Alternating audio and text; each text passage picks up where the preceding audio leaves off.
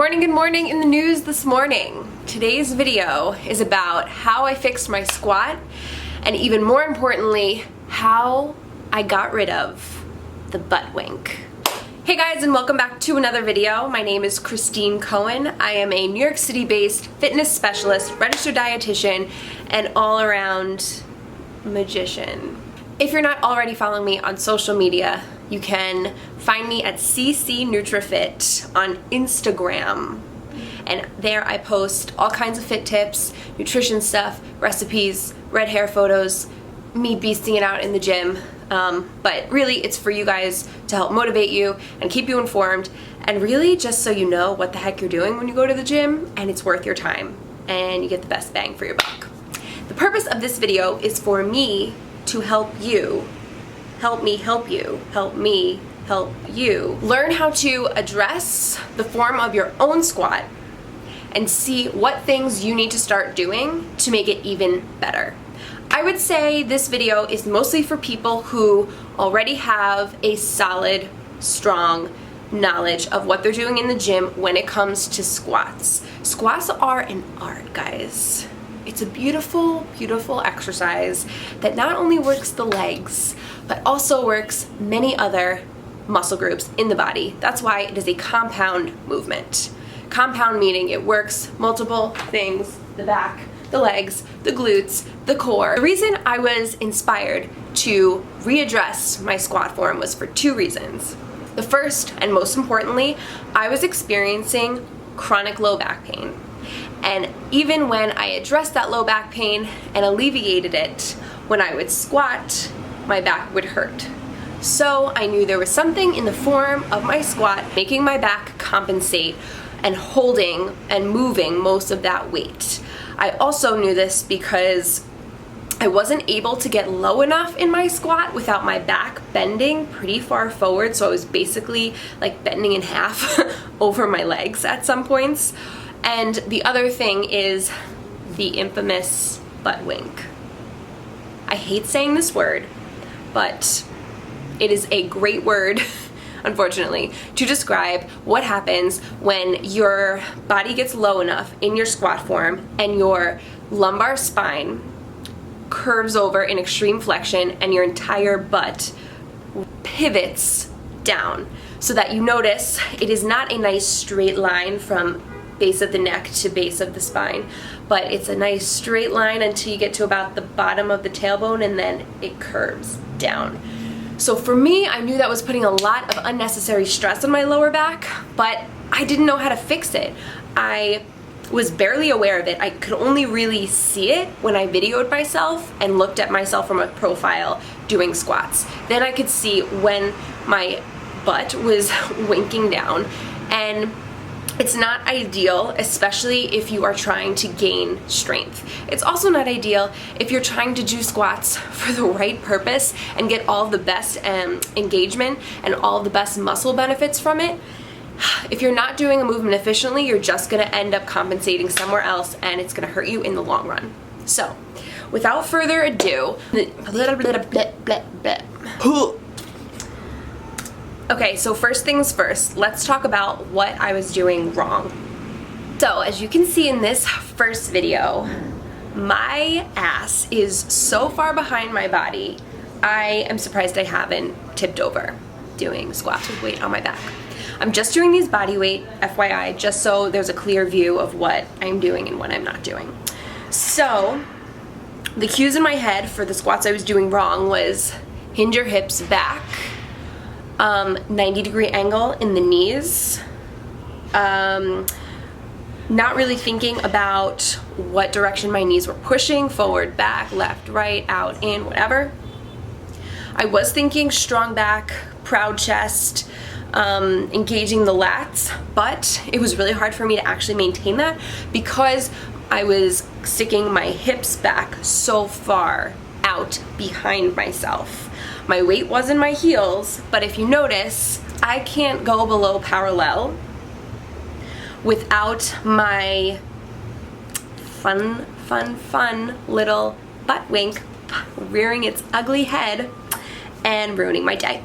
So, From the front view, you can see like, okay, my stance is alright. My hips are a little bit wider than hip width apart, which is fine. My toes are a little bit pointed out, which is fine. Some people think you need to stand feet right under hips, feet pointing straight forward, squared off. And honestly, this is something that you work with yourself in. Some people are more comfortable doing certain positions over others. I would say pick the stance that you are the strongest in to start, and then if there's a serious compensation or issue that it's causing, then we address that. And secondly, if there are other squat forms you want to get, like sumo or that narrow squared off stance, then that's something you would continue to work at. So what were the problems this was causing? My lower back was compensating, I was getting a serious butt wink, my strength was pretty much stalled. I knew that the squat form was off because when I would see people who would squat really well, like power lifters and stuff like that, squat, their form was much more upright, their back was much more upright. It almost looked like their hips were like sinking down into themselves without any compensation from their back or their legs or anything. So I approached my friend at the gym. I'm gonna put his Instagram handle down below because he deserves the credit for this, for helping me out. He showed me a bunch of mobility and flexibility techniques that I could do, and I did them in one session with him, and immediately after about 45 minutes of doing that, I saw an improvement in my squat form. So now it's just about doing that consistently to keep it going. Call it in my fixed squat form, which you can see here.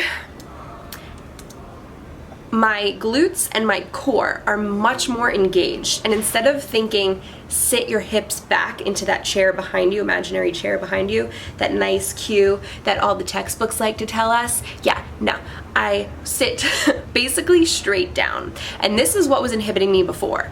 Not my glutes, not even my hip flexors, my calves and ankle mobility. What? I know, craziness.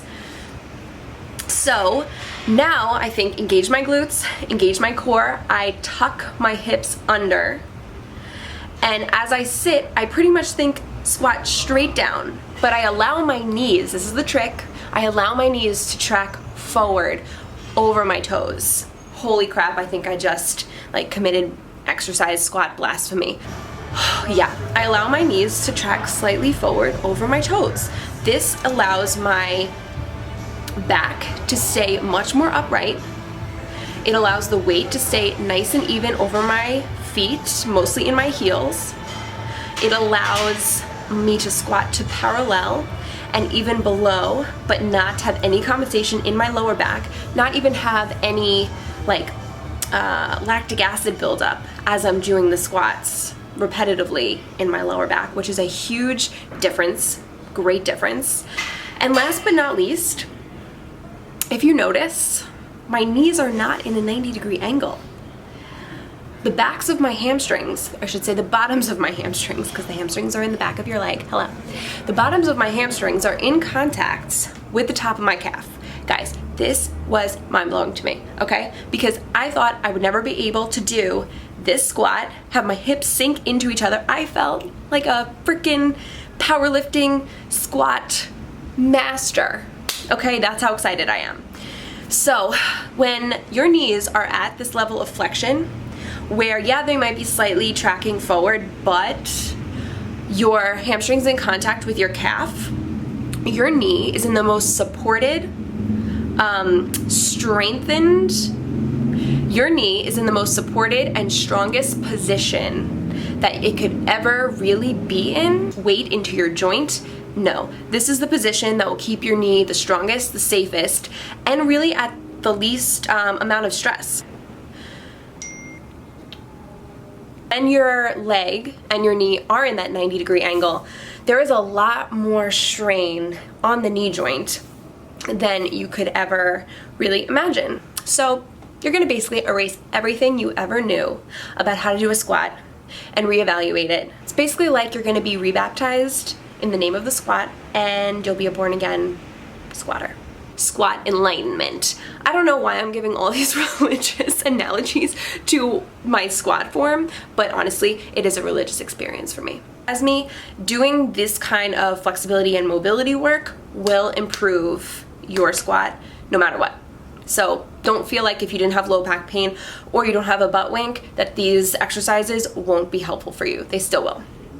First exercise you see, I'm doing a nice glute stretch. I am pushing all of my weight forward, pushing my hips forward. My front leg is basically like imitating a very low squat.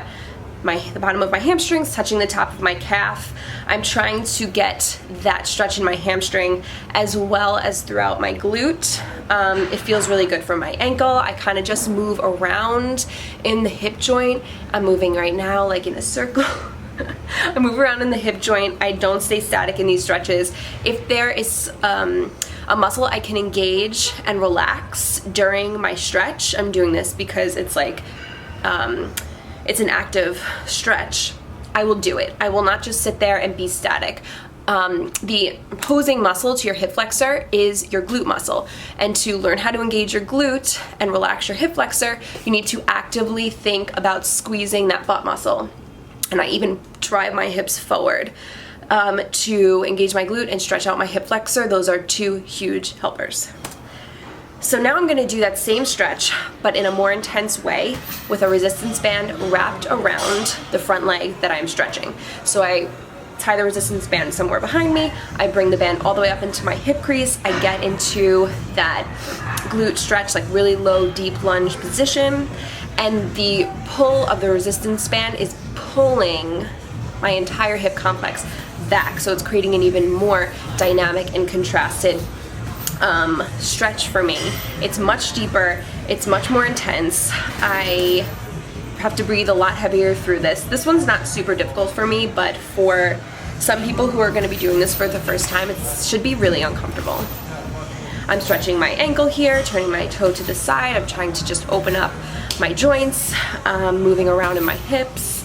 Again, I'm not staying static. I am moving around. This should be an active stretch. Should be very nice and warmed up after you do this. Okay, now we're gonna switch over to the hip flexor. So I'm in a similar position to that last exercise, but I'm stretching the back leg hip flexor. The hip flexor is a muscle, let's just say it starts from the top of your quad, runs straight up the front of your hip, and then ties up into your abdominal section. So I'm stretching my back leg hip flexor. If you notice, I drive my hips forward. I'm engaging my glutes, especially that left side glute because that's the side that I'm working.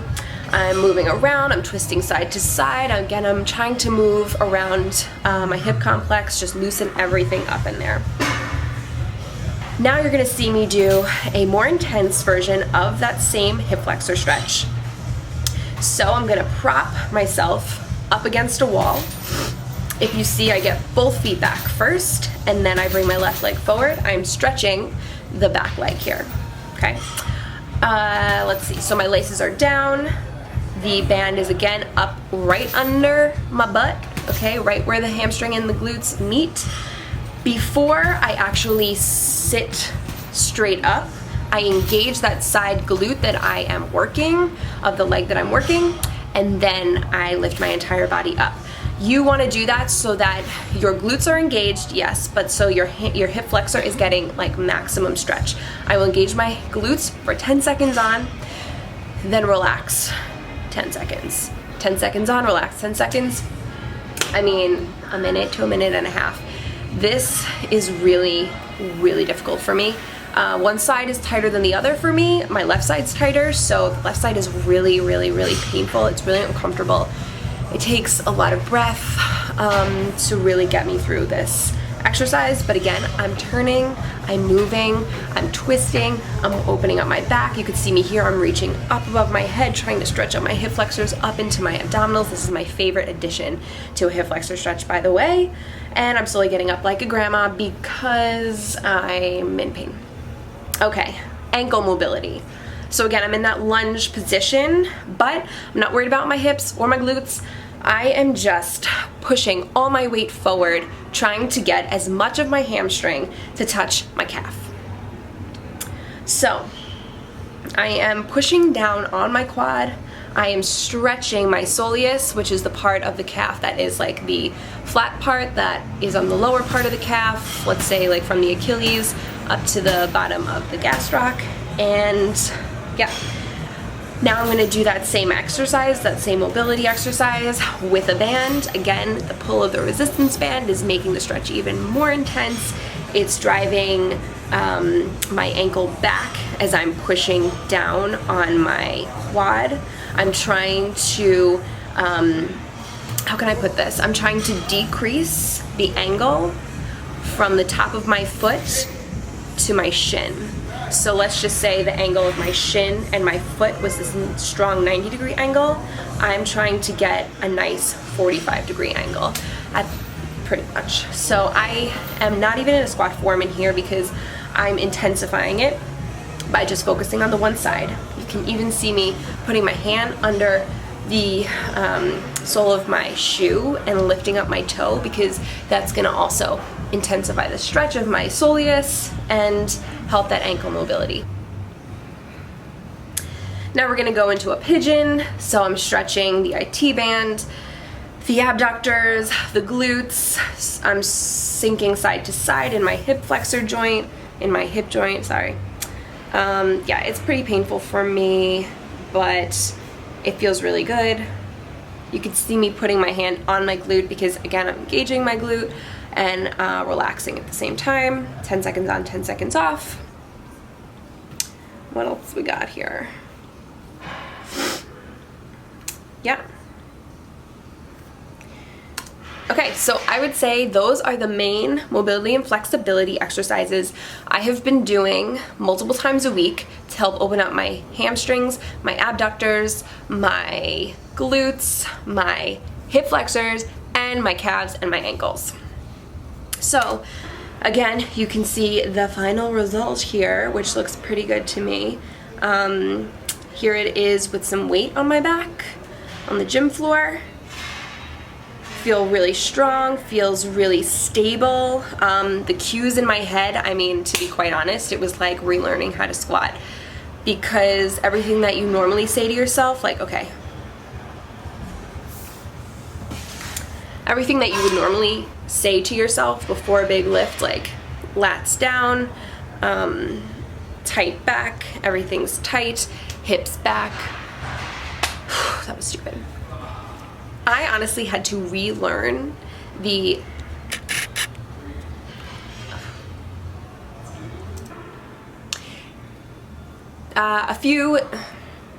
so I hope this video was really helpful.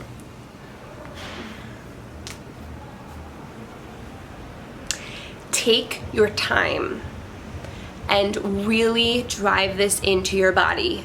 Cut back your weight, leave your ego at the door. You're working and practicing your squat form. Remember, it's an art. It's something that you can get better and better at the more you do it, because the more aware you are of what feels right and what doesn't feel right, what works for you and what doesn't, what feels open, what feels tight. Give yourself that time. I've been practicing squatting now 3 to 4 times a week. Sometimes I'm just doing it with the barbell. I'm not even putting weight on it, just because I want to drill that form into my body and into my brain and into the cues that I say, so that as I do add weight, I have those already instilled into my body. The muscle memory is solid and is there. So take your time, do these mobility and flexibility exercises whenever you can, every day, every other day, whatever you can do right now. And then I would say practice your squat as well. You don't even have to do it with weight. You can do it with body weight. It's just getting the form into your body, and then it's also just reinforcing it over and over. So that's it. I hope you enjoyed this video. So if you enjoyed this video, please be sure to give it a thumbs up. You know where the like is down there in the YouTube box. Subscribe to this channel because there's more awesome videos coming at you. And, you know, comment below if you are on Instagram and you post a video of your squat form, tag me in it. I'd be happy to talk to you about it and really give you some pointers. I am just really trying to get people to learn to lift better and really enjoy it and get the best benefit for all that time and all that effort and all that work that you're putting into lifting heavy shit. All right, so that's all I got. I hope you enjoyed this video, and that's all. So have an amazing, amazing day. Stay tuned for my next video. It's going to be breaking down the best exercises to build your glutes. We're gonna isolate some exercises. I'm gonna talk you through them. I'm gonna talk you about what I think during those exercises to help the mind-muscle connection of the brain to the booty. And if your goal for 2017 is to build a nice, round, high booty, then these are the videos you're going to want to watch. So be sure to check them out. You can hit subscribe and even hit the nice little bell that you see on my channel, and it will notify you when I post those booty videos, so you'll be able to see them and check them out like as soon as I post them, and then it'll be really, really, really cool. Okay. All right. Bye.